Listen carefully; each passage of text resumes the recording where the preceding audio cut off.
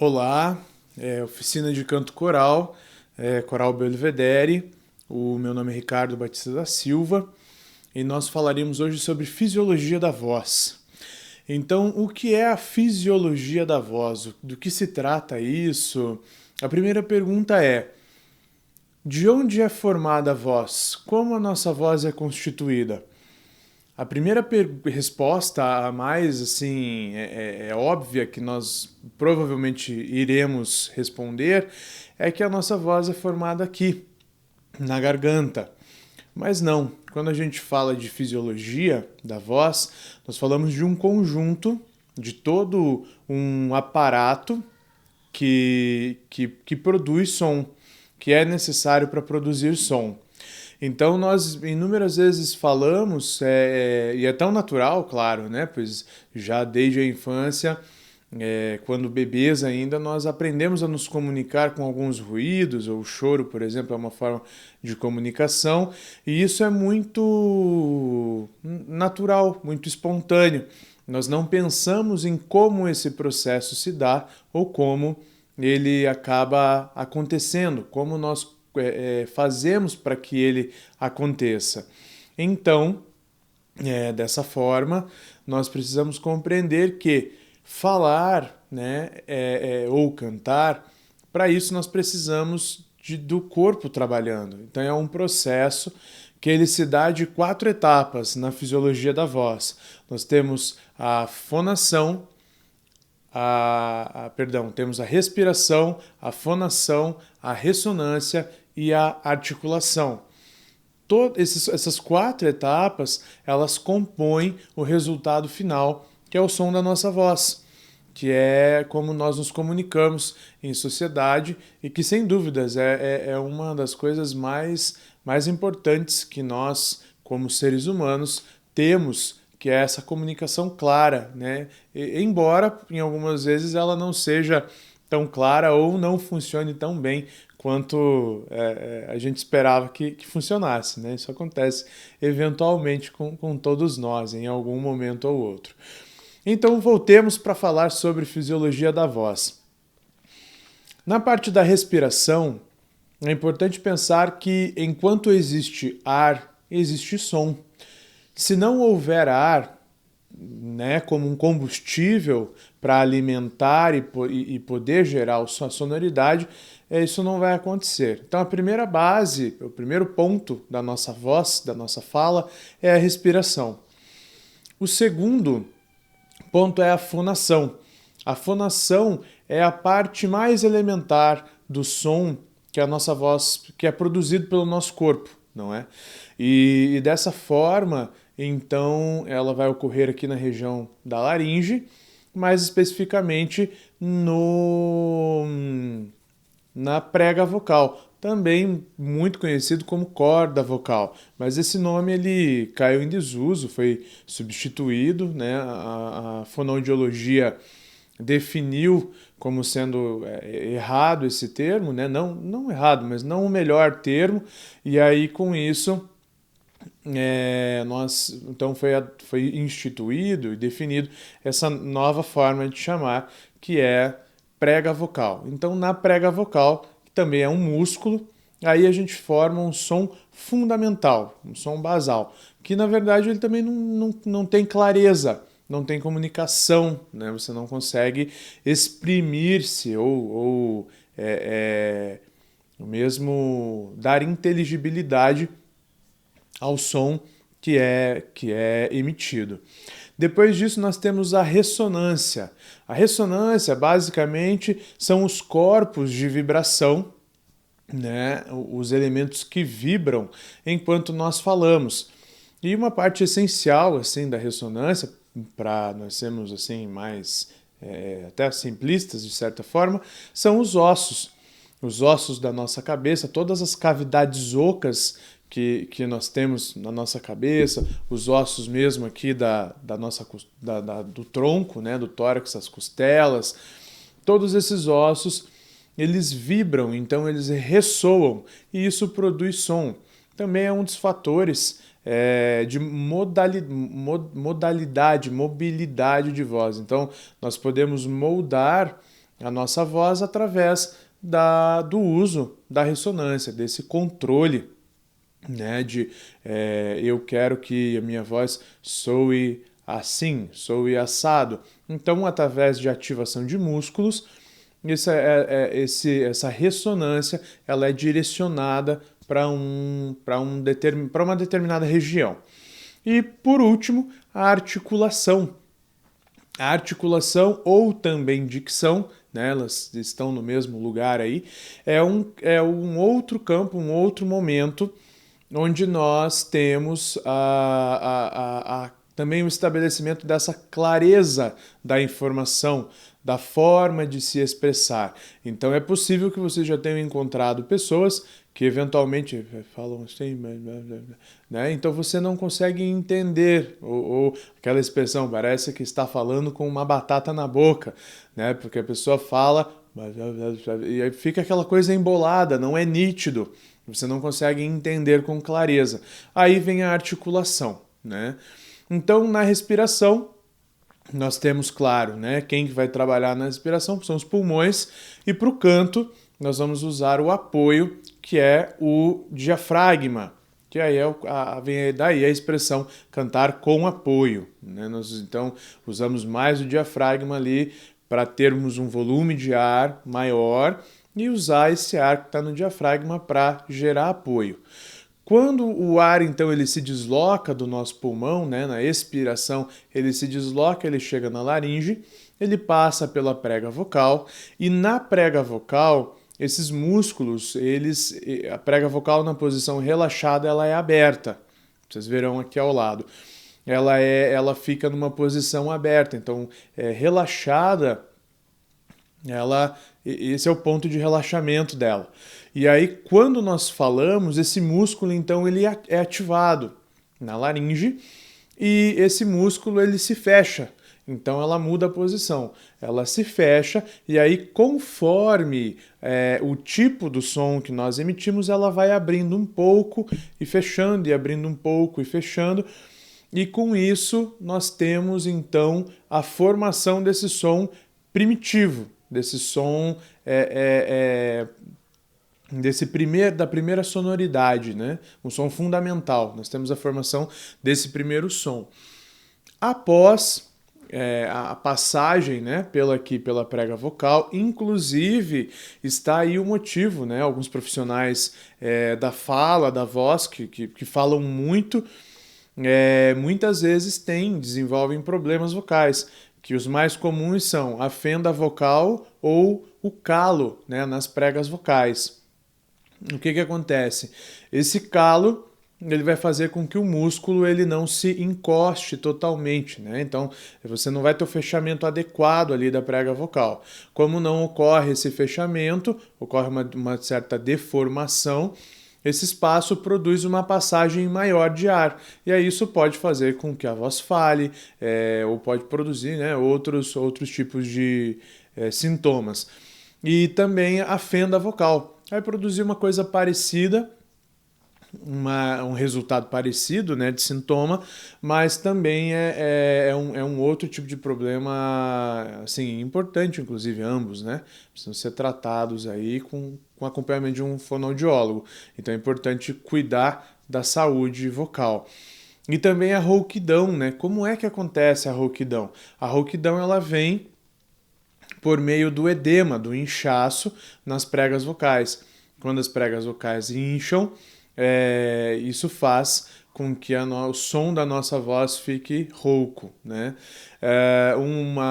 Aí passado então o ar ali pela prega vocal, também tem de levar em consideração que a velocidade do ar muda conforme essa prega está mais aberta ou mais fechada. E aí, devido a isso, tem essa mudança de velocidade da passagem do ar. Passou ali, então nós vai para os órgãos de ressonância, né? Como disse, basicamente os ossos, né? Que vibram em conjunto, vibram o corpo, vai vibrar ali e por meio dessas vibrações nós então temos um tipo específico de som. Então, por exemplo, tem gente que vocês com certeza conheceram que fala com um som mais assim, né? Uma sensação de nariz. Então, um som anasalado. Esse som ele é produzido porque a sua musculatura, dentro também da sua fisiologia, né, a sua anatomia, acaba ativando mais essa musculatura aqui que está na região aqui do nariz, né? E aí a ressonância se dirige para lá. Da mesma forma que é possível que eventualmente vocês encontrem pessoas que falam bom dia, como vai você? E assim é o som natural da voz da pessoa. Então, essa ressonância está em outro lugar, mais aqui para a região de trás, né, da cabeça. E tudo isso, o cantor ele treina, né, aprende para desenvolver essa habilidade, para desenvolver essa capacidade de domínio em relação a esse controle da ressonância. Então eu quero levar a voz para tal lugar, eu quero que soe assim, soe assado. É por meio do controle da ressonância que isso será possível, não é? E aí o nosso último item é a articulação. A articulação é o ponto onde nós temos, então, como eu já havia dito antes, a clareza, né? A forma com que a pessoa se comunica com mais eficiência, posso dizer assim, ou não, nem sempre é eficiente, mas a inteligibilidade do som. É aquilo que eu falava a respeito, por exemplo, de falar com a batata na boca, né? Essa expressão que existe. É muito abafado. Então, o que acontece? Língua, dentes, os lábios, né? E aqui essa musculatura da face, o céu da boca também, eles influenciam no resultado da articulação, né, nessa clareza sonora ou também na falta dessa clareza. Né? Muitas vezes, como diz, há pessoas em que nós vamos conversar, vamos nos comunicar e você não compreende o que ela fala muito bem. Né? Às vezes você tem que se esforçar para entender, ou às vezes a pessoa fala realmente de uma forma que não é clara. E aí é a articulação dela que poderia ser trabalhada, ser revista, enfim, para poder melhorar essa comunicação, para fazer com que ela fale melhor e possa ser compreendida melhor, né? Então, aí esses são então o conjunto que atua para gerar a voz. Então vejam que voz é músculo, né? É trabalho. Nós, quando falamos, colocamos 4 itens em evidência, 4 etapas trabalham ao mesmo tempo, seguidamente, e nós muitas vezes não nos damos conta de que isso tudo é importante, né? Então por isso que cansaço afeta o resultado do som da nossa voz, até situações assim emocionais, né? Por exemplo, estresse, nervosismo, uma notícia que às vezes não, uma notícia que não é boa e de repente você recebe ela assim muito bruscamente. Então tudo isso, a surpresa, né? Todos esses pontos, eles aparecem, eles surgem quando nós estamos nos comunicando, estamos falando e sofrem interferência desses meios, né? Um outro exemplo disso pode ser a voz, nossa voz quando nós acordamos. Ao acordar, ou então se você de repente faz uma leitura, alguma coisa, você passa muito tempo sem falar. Né, muitas horas ali em silêncio. Quando você vai falar, a sua voz parece que ela está uma voz dormida, né, como se você tivesse acabado de acordar e iniciado uma nova suas atividades naquele momento, né? Então isso é resultado também de um repouso e do relaxamento muscular que é produzido devido, né, no caso do sono quando você dorme ou pelas várias horas que você ficou sem falar. Então é esse relaxamento vai levar a sua voz para uma posição em que seria o descanso, né? O despertar, melhor falando aqui, que seria esse som de despertar. E da mesma forma que, por exemplo, ao final do dia, quando você já falou muito, quando você já conversou muito com muitas pessoas, o som da sua voz também acaba sendo um pouco diferente, né? Não porque não diferente no sentido de que você é outra pessoa, não, né? Mas a sua voz ela tem mais clareza, ela já está muito mais aquecida, né? E também pode acontecer um outro fenômeno que é o cansaço vocal. E muitas vezes por cansaço vocal você tem rouquidão. Ou você tem uma voz que, para algumas pessoas, às vezes apresenta como uma voz um pouco mais aerada, né? Então fica assim aquele som um pouco mais de ar. Tem gente que fala assim também naturalmente, né? Com muita passagem de ar. E aí você tem menos sonoridade. Então, todos esses fatores, como disse, eles interferem, eles alteram a sonoridade da voz, e é interessante falar aqui também, já que nós estamos falando sobre fisiologia, falar sobre timbre vocal. Então, o que é timbre, né? Como é que isso acontece? O timbre, ele se dá com o aparelho de ressonância, né? Então, na fase da ressonância é que você molda a sonoridade, e aí junto com a questão anatômica, o corpo de cada um, a sua estrutura óssea, a sua estrutura muscular, irão definir a voz. E por isso que cada pessoa tem consigo uma voz, que é única, né? Que é a sua identidade. Então, tanto é prova disso que por vezes você não encontra, você não viu a pessoa, mas você escuta a voz dela assim na multidão, e na multidão não tão grande a multidão, né? Mas você escuta assim num grupo de pessoas e de repente você, nossa, aquela pessoa, olha, fulano de tal está aqui. Então, por conta disso, né? A voz, ela é um caminho, ela é um identificador e ela é própria. Cada um possui a sua voz, cada um possui a sua identidade vocal, a sua identidade tímbrica, e isso é que é o legal, né?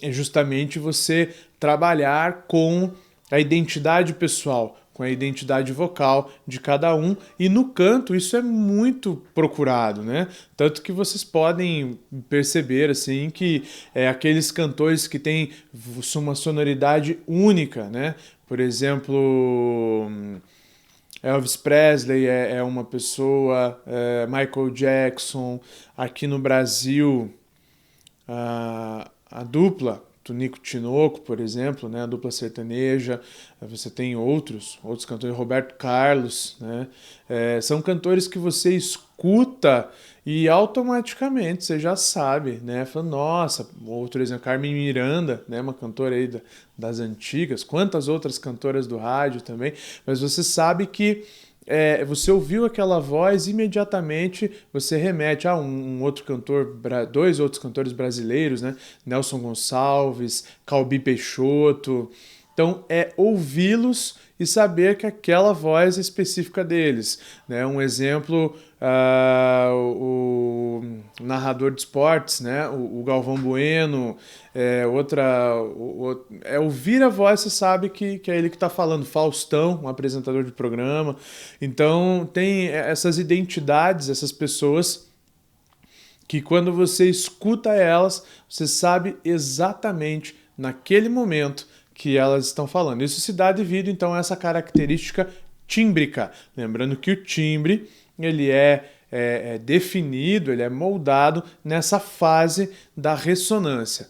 E aí a articulação é o que traz a clareza para aquilo que a gente fala, para aquilo que a gente comunica, tá? E então, só retomando, os 4 pilares, então, da nossa fala, da fisiologia da voz são a respiração, a fonação, a ressonância e a articulação. E assim, a voz, ela é montada, ela surge, né, nesse sentido, ela existe por meio desse conjunto, desse aparelho que funciona. Então, não é somente uma produção aqui na garganta, né? Então, a inteligibilidade do som acontece daqui para cima. Aqui na garganta, nós temos um som, que na verdade não é na garganta, é na laringe, uma sonoridade que ela é fundamental. Ela não traria nenhuma inteligibilidade aí para a comunicação, né? Tá joia, pessoal? Então, por hoje é isso. Até mais.